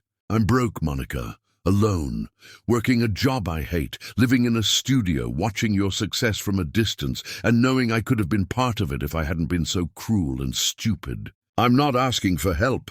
I'm just telling you that karma is real. I could help you," Monica heard herself say. "The Foundation has job training programs, career counseling. If you genuinely want to rebuild—" "No," Simone interrupted. "Thank you, but no. Accepting help from you would be unbearable. I just wanted to apologize and tell you that you were right to become powerful enough that people like me can't hurt you anymore." After Simone left, Monica sat in her office for a long time, processing. Part of her felt satisfaction at Simone's obvious suffering, but mostly she just felt sad, for time wasted, for pain they'd both endured, for how completely their lives had diverged. That night, she told Golden about the meeting. "I offered to help her, and I meant it. Does that make me weak?" "It makes you strong," Golden corrected.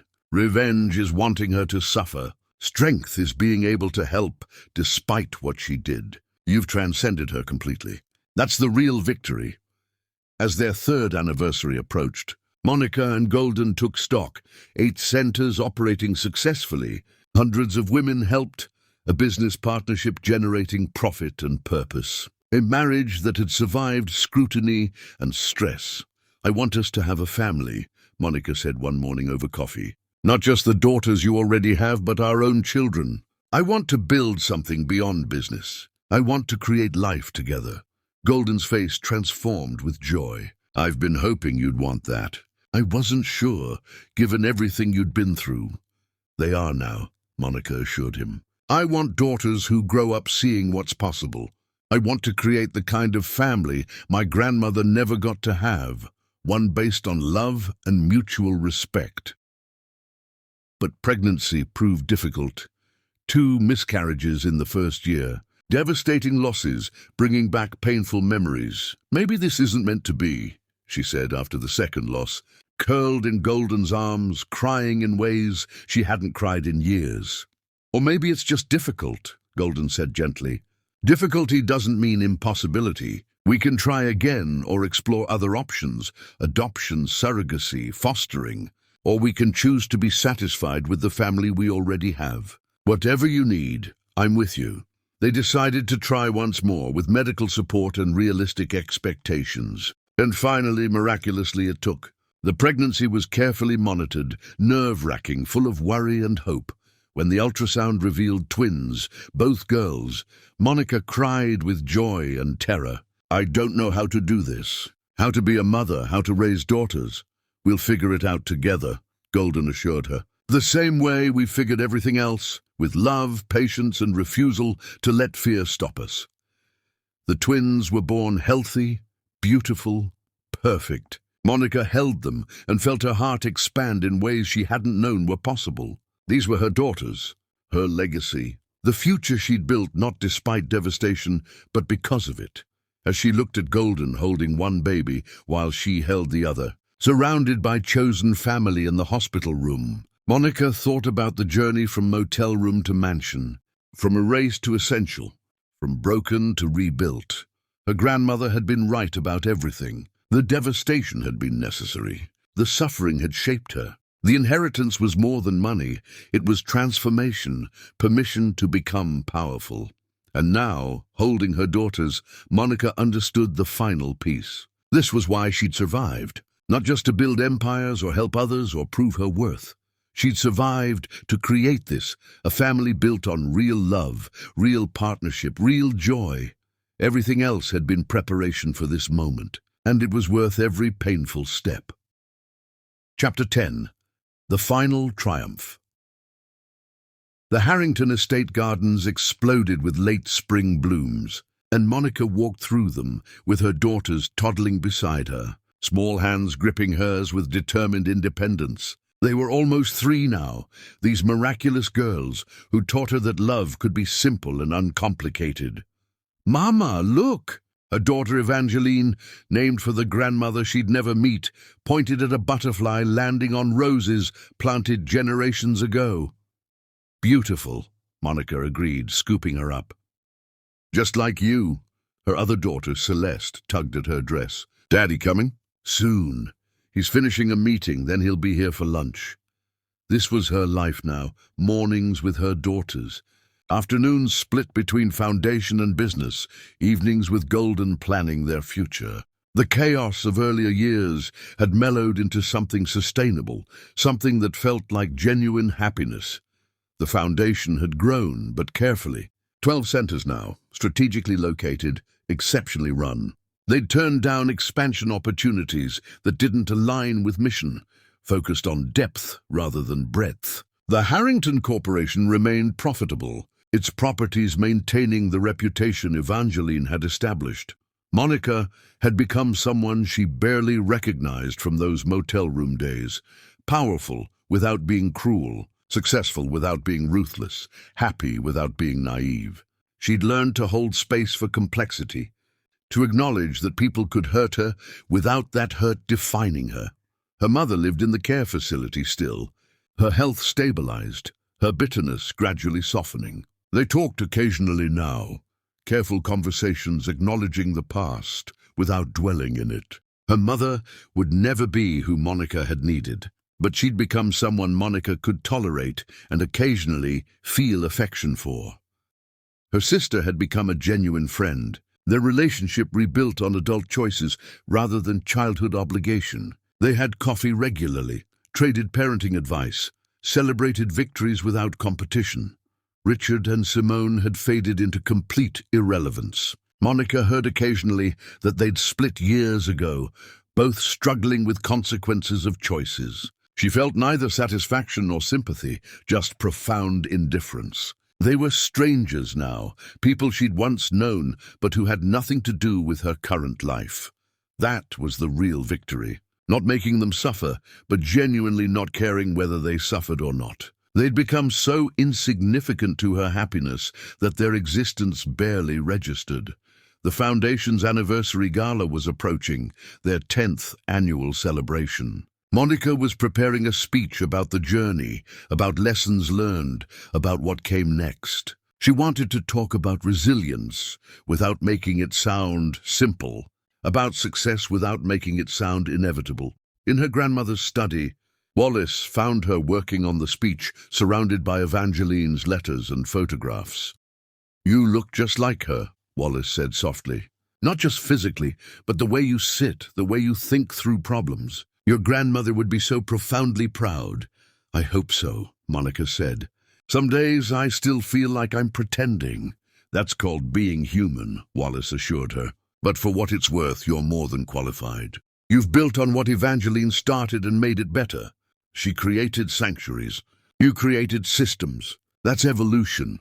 The gala was magnificent, the estate transformed into elegant celebration, guests representing every phase of the foundation's work. Women helped years ago now, successful and giving back. Donors who'd believed from the beginning. Partners who'd collaborated on expanded services.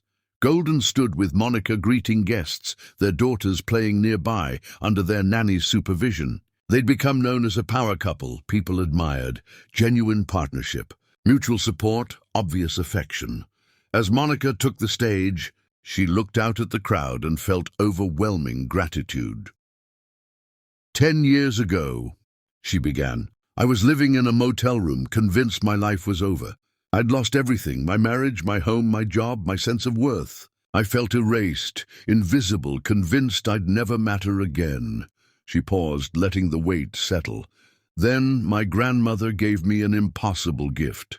Not just money. She gave me tools to rebuild, resources to become powerful, and most importantly, permission to rise. She'd structured her will so I could only inherit after experiencing complete devastation, because she believed only someone who'd been powerless could be trusted to use power responsibly. She talked about discovering her inheritance, learning business from Temperance and wisdom from Wallace, transforming her former home into the Foundation's headquarters. I thought revenge would feel satisfying, she admitted. I thought watching people who hurt me suffer would heal something. But I learned revenge is empty. What actually heals is building something meaningful, helping others, becoming someone whose life matters not because of what was taken, but because of what they created. She talked about meeting Golden, about learning to trust again, about the risk of loving after betrayal. My husband taught me something crucial. Surviving betrayal doesn't mean never trusting again. It means trusting more carefully, choosing partners tested and emerged stronger. Love isn't naive optimism. Love is eyes wide open choice to build something despite knowing it could hurt. She talked about her daughters, about wanting them to grow up seeing what was possible when women supported each other. The Harrington Foundation exists because my grandmother understood something fundamental. Women don't need saving. They need resources. They need community. They need examples of others who've survived and thrived. They need to know devastation isn't the end of the story, just a difficult chapter. She detailed the Foundation's growth, the center's opening, the thousands of women helped, systemic changes advocated for. We've accomplished more than I imagined, Monica said. But there's more to do, because women are still being dismissed, still being told they're worthless, still struggling to rebuild. As long as that's true, this work matters, she concluded with the message she most wanted to convey. If you're in that motel room right now, literally or metaphorically, wondering if you'll ever matter again, hear this, you will rise. Maybe not the way I did, maybe not with inherited wealth, but you will rise because you're stronger than people who dismissed you. Because devastation is transformative, not final. Because the world needs what only you can build from your particular ashes. The applause was sustained and genuine. Women cried openly. Donors pledged additional support. And Monica felt, perhaps for the first time, that she'd earned everything, not just inherited it, but earned it through choices and growth and refusal to let pain make her cruel. After the gala, Monica stood on the estate's balcony watching stars emerge. Golden found her there, slipping his arms around her waist. That was powerful, he said quietly. You told the truth without making yourself a victim or a hero. Just human. That's all I am, Monica replied. Just someone who survived and decided to build something from it. It's everything special, Golden corrected. Most people who survive just survive. You've created something that will outlast you. That's legacy. They stood in comfortable silence that came from years of partnership. Their daughters slept inside. Their businesses thrived. Their foundation expanded. Their marriage was solid. This was success, not absence of problems, but presence of meaning. Do you ever think about them? Golden asked. Your ex-husband, your former friend? Rarely, Monica admitted. Sometimes when I'm giving speeches. But they feel like characters in a story I once lived, rather than people who actually affected me. Perfect sense. They're irrelevant. You've transcended them so completely they've become just plot devices in your larger narrative. Later, checking on their daughters before bed, Monica watched Evangeline and Celeste sleep peacefully, completely secure in their safety and their parents' love. They'd grow up with advantages Monica never had, but also with understanding of how fragile security could be. In bed that night, Golden pulled Monica close. Are you happy? Genuinely happy, Monica considered seriously. She thought about the motel room, about the woman she'd been then, broken, hopeless. She thought about her grandmother's impossible gift and the transformation it enabled. She thought about Temperance and Wallace becoming family, about her sister rebuilding their relationship, about her mother's late apology that had mattered but hadn't changed anything fundamental. She thought about Golden, this remarkable man who'd chosen to love her with full knowledge of her damage and her strength. She thought about her daughters, about the foundation, about women whose lives had changed because of choices she'd made. Yes, she said finally, I'm happy. Not perfectly, not without complications, but genuinely happy. I survived devastation and built something beautiful. I found love that's real. I have daughters who'll grow up knowing women can be powerful without apologizing. This is what winning looks like. It is, Golden agreed. And I'm proud to be winning alongside you. Monica fell asleep in her husband's arms, in her grandmother's mansion, surrounded by security and love and purpose. She'd traveled an impossible distance from that motel room.